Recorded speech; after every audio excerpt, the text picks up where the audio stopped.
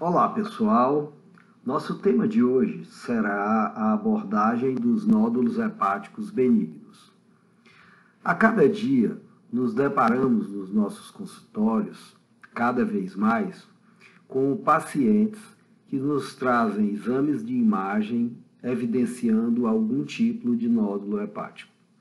Com o aumento da utilização dos métodos de imagem, seja ultrassonografia, tomografia ou mesmo ressonância, para estudo de outras patologias abdominais ou mesmo exames de check-up, se deparamos sempre ou com uma frequência cada vez mais aumentada com o aparecimento dessas lesões que merecem nossa avaliação.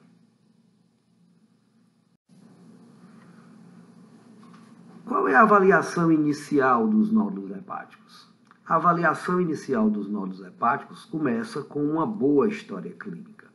A avaliação da idade do paciente, o sexo, história pregressa ou história familiar de câncer, de hepatopatias e de uso de drogas tanto lícitas como ilícitas, chamando a atenção principalmente para a utilização de anticoncepcionais orais e de esteroides anabólicos.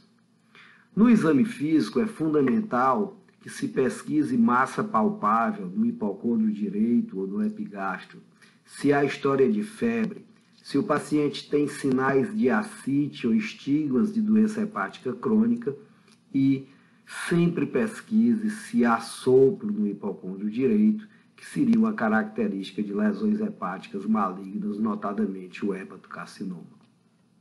Em relação ao laboratório, deve-se observar se as provas de função hepática são normais ou anormais. E aqui a gente chama a atenção principalmente para a utilização da fosfatase alcalina e da gama-GT nessa situação. Uma fosfatase alcalina muito alta, com uma gama-GT muito alta, com a presença de um nódulo hepático, merece uma investigação mais aprofundada, porque isso normalmente pode ser característico de lesões ocupando espaço, lesões malignas ou lesões mielolinfoproliferativas. Observe se seu paciente tem trombocitopenia, que seria um marcador de hipertensão porta. Quais são os níveis de CEA, de CA19,9 e de alfa-fetoproteína. Apesar da gente saber que esses exames não devem ser utilizados para screening, a presença de elevações significativas desses marcadores associados a um nódulo hepático com algum tipo de característica de malignidade exigiria uma avaliação mais acurada do seu paciente. Uma boa imagem pode definir muito nesses pacientes, pode nos ajudar muito no diagnóstico e da definição da natureza de um nódulo hepático. Um bom radiologista deve tentar descrever no seu laudo qual seria a provável natureza desse nódulo. Seria um nódulo com características benignas, um nódulo com características de malignidade ou um nódulo indeterminado que exigiria uma investigação posterior. É fundamental que o radiologista descreva a localização, o tamanho, o número e as características em relação à forma da imagem, à apresentação da captação do contraste de um nódulo hepático. É importante que seja descrito o aspecto do restante do parênquima hepático. Se nós estamos diante, por exemplo, de um nódulo num fígado absolutamente normal, ou um nódulo no fígado esteatótico, que poderia ser uma área de regeneração, ou um nódulo no fígado cirrótico, que na maioria das vezes deve ser considerado um carcinoma hepatocelular. E o radiologista deve nos dizer também se há possibilidade de algum tipo de avaliação adicional por imagem ou se há margem, se há janela para a realização de uma biópsia hepática. Então, um laudo completo de boa qualidade deve trazer todos esses itens que foram citados. Nós temos, então, as lesões definitivamente benignas, que são as lesões que vão ser abordadas durante a minha exposição. Quais as lesões definitivamente benignas? Os cistos, os hemangiomas e a hiperplasia nodular. Por outro lado, nós temos lesões benignas, mas que têm potencial de malignização. E a mais importante é o adenoma hepático. Os cistos hepáticos são lesões extremamente comuns. E o ultrassom é o método preferencial para o diagnóstico e para o segmento. Nós não precisamos de tomografia ou de ressonância para a complementação de diagnóstico e para segmento desses pacientes. Os cistos assintomáticos devem ser apenas observados. Não há qualquer indicação de abordagem dessas lesões. Os cistos sintomáticos, e a maioria dos cistos sintomáticos são aqueles que têm mais de 6 centímetros, devem ser abordados por via laparoscópica preferencialmente. Quais são os sintomas principais que esses doentes referem? Dor, a sensação de empachamento ou de compressão nos cistos gigantes, febre quando eles estão infectados. Existe uma característica que deve ser referida e que na doença hepática policística sintomática, com volume maior de que 3.500 ml, é a indicação de transplante. Então, se você tem um fígado com múltiplos cistos hepáticos, com o doente evoluindo com dor, com sintoma compressivo ou com infecção de repetição, e todo esse conteúdo tem mais de 3.500 ml, deve ser referendado para avaliação de um transplantador. Fique atento sempre para septações, para fenestrações, para calcificações e para irregularidade na parede dos cistos. Quando isso ocorre, deve-se recorrer a uma avaliação complementar com tomografia ou ressonância para se afastar a possibilidade de cisto adenocarcinoma. Na minha prática, um cisto absolutamente assintomático, com tamanho menor do que 6 centímetros, eu acompanho durante 6 meses, 1 ano, e libero o paciente com recomendação de se voltar apenas se tiver sintomas. O hemangioma hepático, também uma lesão muito comum. Trabalhos mostram uma prevalência de 0,4% a 20% da população e, na maioria das vezes, é um achado incidental porque os doentes são absolutamente assintomáticos. É uma lesão congênita, não epitelial. O uso de contraceptivos e esteroides anabólicos no passado era referido como tendo relação com essas lesões, mas hoje acredita-se que não há relação de contraceptivo e esteroide com hemangioma hepático. E a biópsia raramente é necessária e deve ser evitada principalmente pelo risco de sangramento. Quando você tem achados radiológicos absolutamente conclusivos, dispense totalmente a biópsia hepática nessa situação. Vejam o aspecto de um hemangioma hepático no ultrassom. É uma lesão hiperecóica, normalmente sólida, com a característica de apresentar um reforço acústico posterior. É fundamental que o radiologista afaste a possibilidade de hepatocarcinoma e de meta. Isso pode ser também feito com uma história completa do exame e com avaliação laboratorial complementar. Algumas metástases podem ter esse aspecto, se apresentando como lesão sólida e como lesão hiperecóica. Quando há dúvida, deve-se lançar mão da tomografia ou da ressonância, em busca de um padrão importante, que é o padrão do contraste com enchimento centrípeto. Isso é praticamente patognomônico de hemangioma. Qual a conduta, então, nos hemangiomas? Na realidade, como falei, nenhuma intervenção é recomendada, mesmo a biópsia hepática, se o paciente é absolutamente assintomático. A cirurgia ou radiologia intervencionista deve ser reservada para sintomáticos. E quais são os sintomas principais? Dor é o principal sintoma. Alguns com hemangioma gigante podem ter anemia por hemólise dentro dos hemangiomas. E há a possibilidade de ruptura, apesar de que na literatura nós temos apenas cerca de 40 casos de hemangiomas rotos descritos. Não há necessidade de seguimento para casos bem definidos. Na realidade, a gente segue o hemangioma muito mais quando a gente tem dúvida no diagnóstico. E aí você observa esses pacientes por 6 meses, 1 ano, às vezes 2 anos, para ter certeza de que realmente é uma lesão benigna e que não há crescimento progressivo.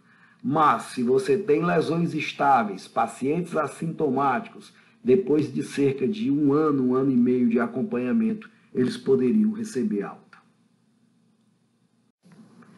A hiperplasia nodular focal é a segunda lesão focal mais comum, tem prevalência de 0,4% a 3%, é bem menor do que o hemangioma. Trata-se de uma proliferação hepatocelular policlonal resultante de má formação arterial. Um dado novo é que, principalmente em mulheres, há uma possível associação de hiperplasia nodular focal com a presença da síndrome do anticorpo da antifosfolípide. E aí, alguns trabalhos mais recentes recomendam que, principalmente em mulheres, se faça a pesquisa do anticorpo antifosfolípide nessa situação. Pela avaliação do ultrassom, a hiperplasia nodular focal é uma lesão isoecóica, homogênea, e a grande característica é a percepção de uma cicatriz central, que é praticamente patognomônico dessas lesões. Quando há necessidade de complementação com tomografia ou ressonância, busca-se um padrão de enchimento arterial homogêneo, a presença novamente da cicatriz central. Pode haver necessidade de se lançar mão do contraste hépato específico na ressonância para se definir uma hiperplasia nodular focal. Uma pergunta que se faz é, então, por que não se faz contraste hépato específico em todo o mundo? A justificativa é que os contrastes hepatoespecíficos têm uma possibilidade muito maior de reações alérgicas do que o contraste normal. Por isso, se deve evitar na grande maioria das vezes. Qual a conduta, então, na HNF? Biópsia desnecessária, na maioria dos casos, porque você conclui o diagnóstico pelo método de imagem. Segmento desnecessário, se não há doença vascular hepática associada e não há qualquer tipo de tratamento recomendado. Então, uma vez caracterizando que a lesão é uma hiperplasia nodular focal, seu ou sua paciente poderá receber alta e tranquilizado de que não há nenhum potencial de complicação a longo prazo. Como vocês viram, não há relação também de anticoncepcionais orais ou de esteroides anabólicos em relação à hiperplasia nodular focal. O adenoma hepático. Esse, na realidade, essa é a grande lesão a ser descartada ou a ser confirmada, porque essa sim tem um potencial de malignização. No entanto, tem uma baixa prevalência, 0,001 a 0,004%, é bem menor do que as outras, mas acomete 10 mulheres para um homem. É 30 a 40 vezes mais comuns em usuárias de anticoncepcionais, e há também uma relação do aparecimento ou do crescimento do adenoma hepático com obesidade e síndrome metabólica. No ultrassom, são lesões sólidas, hiperecogênicas, e a grande marca dessa lesão é o conteúdo gorduroso. Na tomografia ou na ressonância, podemos ter um padrão de lesão hipodensa, podemos ter presença de necrose, hemorragia ou gordura na lesão. Qual é a evolução de um adenoma hepático? Bom, essa evolução depende de vários tipos de proliferação clonal hepatocelular.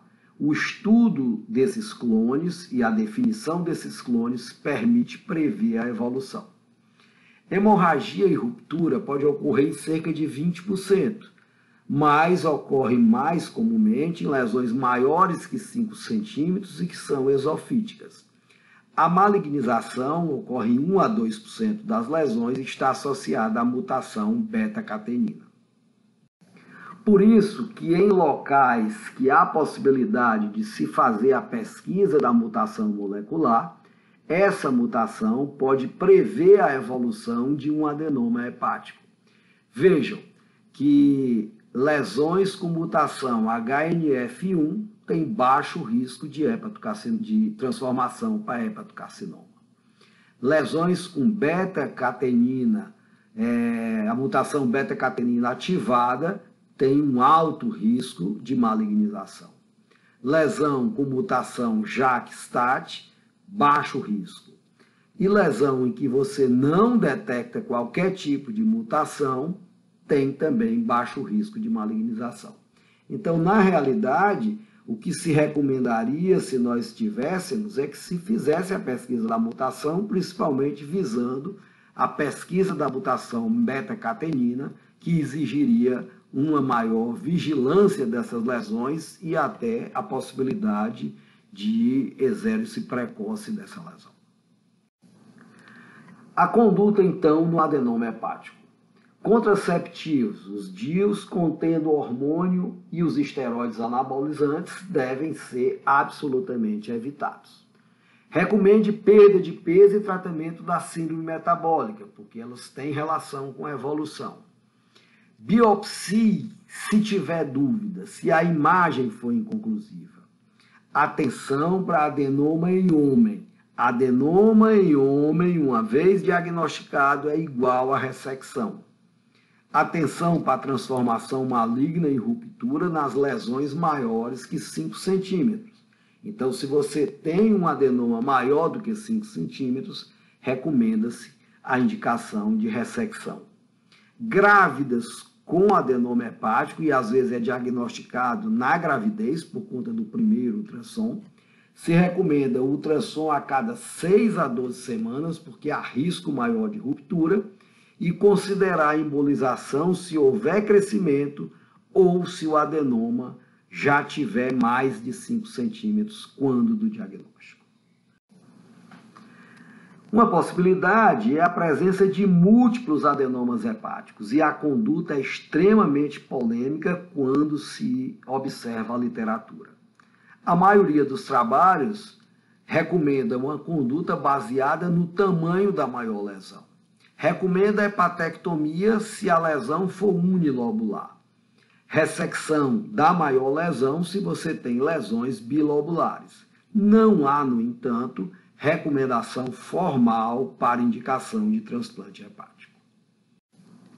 Vejam, então, esse algoritmo que é bem interessante para a condução do adenoma hepático. Então, se você tem uma lesão suspeita de adenoma, você faz a avaliação com ressonância por contraste para documentar o tamanho e, se houver possibilidade, determina o subtipo do adenoma. Se é um paciente que confirmou a lesão e é paciente homem masculino, vai direto para a ressecção, independente do tamanho. Se é mulher, recomenda-se mudança do estilo de vida, suspender anticoncepcionais orais, tratar a síndrome metabólica e emagrecer. E repete a ressonância após 6 meses. Se a lesão se mantém estável ou reduziu de tamanho, passa para acompanhamento anual. Se a lesão é maior de 5 centímetros ou tem aumento do tamanho, já deve ser indicada a ressecção. Após 1 ano, manutenção da lesão estável, continua o acompanhamento anual. Crescimento da lesão é igual à indicação de ressecção. Para concluir, vejam esse algoritmo que aborda todas as lesões lesões nodulares que podem aparecer no fígado. Avalia-se o sintoma, avalia exame físico, pesquisa de massa no exame físico. faz testes laboratoriais pertinentes. Imagem, inicia por ultrassom, se necessário, vai para tomografia ou ressonância. A partir daí, se tenta caracterizar o tipo da lesão. Essas são as várias caracterizações das lesões que podem ser encontradas, os diagnósticos de cada uma delas e a conduta final. É bastante interessante esse algoritmo, porque a partir da caracterização do tipo de imagem e do padrão da imagem, nós podemos chegar rapidamente ao diagnóstico e a uma proposta de acompanhamento ou de terapia específica. Fico novamente à disposição para qualquer dúvida pelo WhatsApp. Muito obrigado.